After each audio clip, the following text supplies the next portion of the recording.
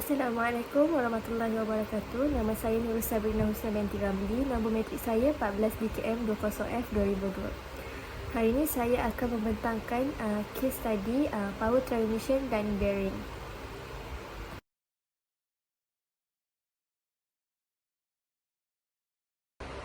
Pengenalan bearing. Bearing ialah elemen mesin yang mengekang pergerakan relatif dan digunakan untuk mengurangkan geseran antara bahagian mesin yang bergerak untuk mendapatkan gerakan yang diingini. Sebagai contoh, beban kipas berputar disokong oleh bearing sambil mengurangkan bunyi dan getaran dan menghadkan pergerakan kepada paksi jejari. Di dalam slide ini menceritakan tentang analisis kegagalan bearing dan punca geseran dalam komponen mekanikal. Yang pertama ialah isu pelinciran. Kekurangan pelinciran yang betul boleh menyebabkan peningkatan geseran, haba dan haus pada permukaan galas. Yang kedua, terlebih muatan. Bearing direka untuk mengendalikan beban tertentu. Melebihi had ini boleh menyebabkan keletihan dan kegagalan. Yang ketiga ialah kemasan permukaan. Permukaan kasar. Haus dan geseran kedua-duanya boleh ditingkatkan oleh kemasan permukaan yang buruk. Dan yang terakhir ialah pemilihan barang. Bahan tidak serasi. Bahan yang tidak sepadan boleh mengakibatkan geseran dan kadar haus yang lebih tinggi. Di dalam slide ini menceritakan tentang mounting dan dismounting bearing. Untuk langkah yang pertama ialah buka rim dari motosikal menggunakan spana lecet, kemudian tarik aci keluar dari rim. Langkah yang kedua ialah keluarkan galas dengan mengetuk keluar galas menggunakan alat kas. Seterusnya, step yang ketiga ialah untuk menjadikan galas tahan lebih lama dan mengelakkan kerosakan, sapukan gris secara manual di sekelilingnya. Langkah yang keempat ialah masukkan bearing ke dalam bearing house. Gunakan tukul untuk meletakkan bearing di rumahnya. Ketik perlahan-lahan supaya galas masuk dengan sempurna. Dan langkah yang terakhir ialah selepas bearing dimasukkan ke dalam bearing house, akhir sekali pasang semula rim ke dalam motosikal dan ketatkan dengan menggunakan spana ratchet. Seterusnya, mengenal pasti kerosakan bearing dan menganalisis penghapusan.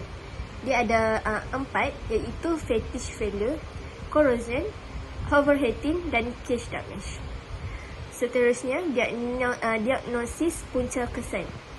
Yang pertama ialah periksa pengadap dan gasket, semak getaran roda. Yang ketiga, pengendalian dan pemantauan monitor. Dan yang terakhir sekali, periksa untuk bahan pencemar. Troubleshooting bearing. Dia ada 4. Okey, yang pertama sekali, dengar bunyi luar biasa. Simptomnya bunyi pengisaran, klik atau gemuruh. Punca yang mungkin berlaku ialah galas roda haus. Okey, yang kedua ialah periksa pergerakan roda. Simptomnya bermain secara berlebihan dalam roda. Punca yang mungkin boleh terjadi ialah galas roda haus. Yang ketiga ialah periksa pelinciran. Simptomnya ialah galas kering atau tercemar. Punca yang mungkin terjadi ialah kekurangan pelinciran. Dan yang terakhir sekali ialah pemeriksaan visu galas. Simptomnya tanda haus atau kerosakan yang boleh dilihat. Punca yang mungkin ialah kurang penyelenggaraan.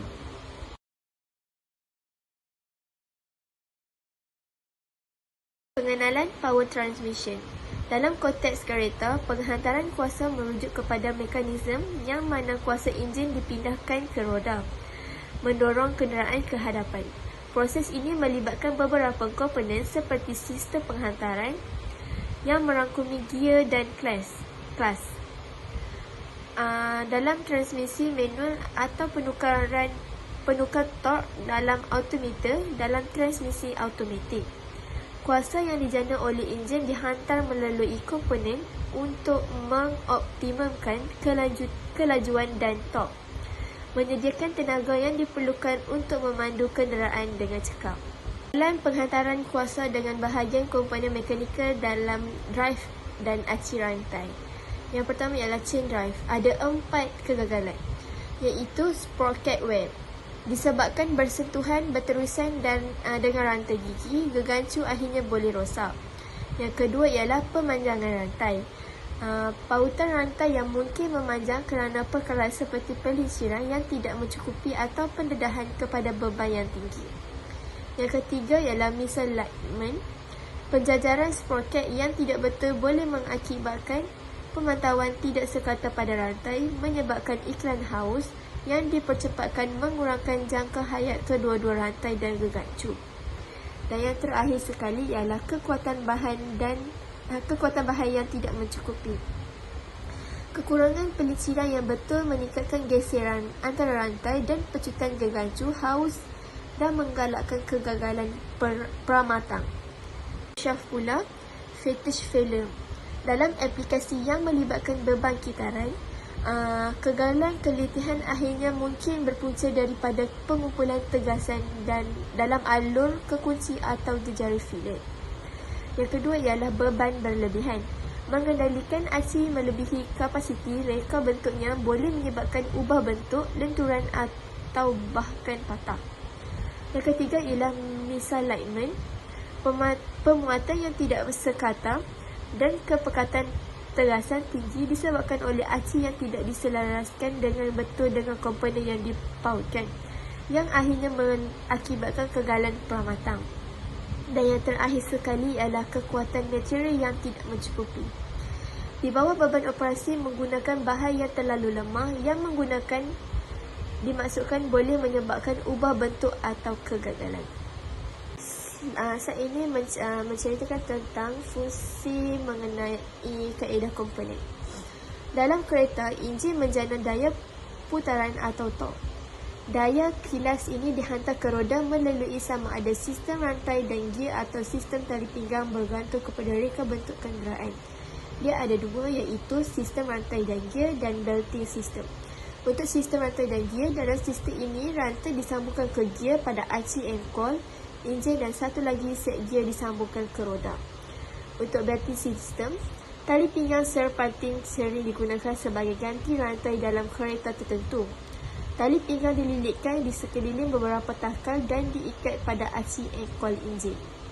Shaft, crankshaft. Ada 3. Fetish failure. Aci and coil tertaluk kepada beban kitaran daripada ombor, mungkin mengalami kegagalan lesu jika terdapat kepekatan tegasan atau jika bahan tidak sesuai untuk keluarkan kuasa enjin. Nombor 2 ialah misalignment. Penjajaran aci and coil yang lemah dengan komponen enjin lain boleh menyebabkan getaran, peningkatan haus dan kemungkinan kegagalan. Dan yang terakhir ialah beban berlebihan.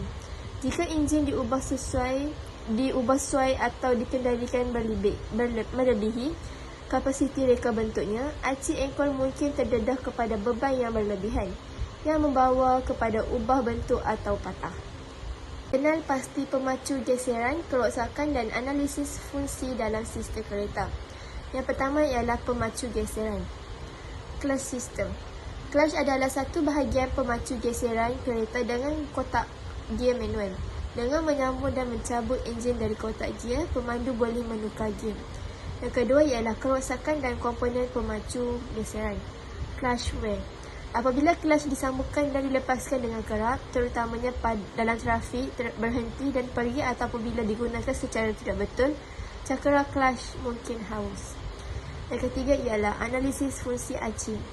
Crankshaft. Aci and coil menukarkan gerakan salingan ombor kepada gerakan putaran, memberikan kuasa kepada kenderaan. Drive shaft. Aci pemacu memindahkan kuasa daripada transmisi ke roda kenderaan. Isu seperti ketidakseimbangan, salah jejaran atau sendi universal yang haus boleh berlaku. Slide ini menceritakan tentang diagnosis punca kesan aci kegagalan. Yang pertama ialah misalignment, punca penjejaran aci yang tidak betul, kesan getaran yang berlebihan. Yang kedua ialah ketidakseimbangan, punca penggagihan jisim tidak seimbang dalam aci, kesan getaran yang boleh mempercepatkan kemerosotan. Yang ketiga ialah berlebihan. Punca torque atau beban yang berlebihan melebihi kapasiti aci seperti yang dimaksudkan. Kesan tekanan pada bahan aci. Kakisan. Punca pendedahan kepada bahan yang boleh menyebabkan kakisan. kesan kemerosotan komposisi aci. Dan yang terakhir sekali ialah keletihan. Punca kitaran pemuatan dan pemunggahan berulang kali. Kesan lama-kelamaan retakan kecil mungkin muncul. Okey, ini ialah assembly dan diassembly bagi chain.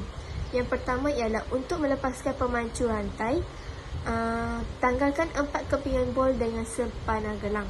Yang kedua ialah untuk melonggarkan rantai, gerakkan pemancu rantai sedikit setelah keempat-empat bol dilepaskan.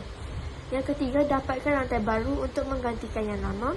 Dan yang terakhir sekali, selepas menukar rantai, letakkan semula bol pada kedudukannya dan ketatkan dengan sepanah cincin. Kemudian untuk gear ialah buka kunci 4 bol soket dengan cepat menggunakan kunci Allen. Dan yang terakhir ialah tekan gear hadapan menggunakan kunci Allen, buka kunci gear. Untuk shaft pula ialah yang pertama, longgarkan bol dengan sepanah cincin. Untuk mengeluarkan aci kanan, tarik dengan kuat. Seterusnya, menggunakan sepanah gelang, masukkan aci kanan gantian dengan kuat dan ketatkan bol. Kesimpulan bagi bearing ialah galas dalam motosikal memainkan peranan penting dalam memastikan operasi lancar pelbagai komponen seperti roda, enjin dan transmisi. Penyelenggaraan tetap dan penyisiran yang betul adalah penting untuk memanjangkan jangka hayat galas dan mengelakkan haus pramatang. Apabila mempertimbangkan galas dalam konteks motosikal, adalah penting untuk memilih galas berkualiti tinggi dan mengikut saranan penyilang dan untuk penyelenggaraan. Kesimpulan untuk power transmission pula, sistem penghantaran kuasa dalam kereta adalah mekanisme yang kompleks tetapi diselaraskan dengan baik, yang memastikan pemindahan kuasa yang cekap dari enjin ke roda. Pilihan antara transmisi manual dan automatik serta reka bentuk komponen seperti pembezaan memainkan peranan penting dalam prestasi keseluruhan dan kebolehamanduan kenderaan. Penyelenggaraan tetap dan penjagaan yang betul adalah penting untuk memastikan jangka hayat dan kebolepercayaan sistem penghantaran kuasa dalam kereta. Itu sahaja perbentangan saya untuk pada hari ini. Sekian, terima kasih.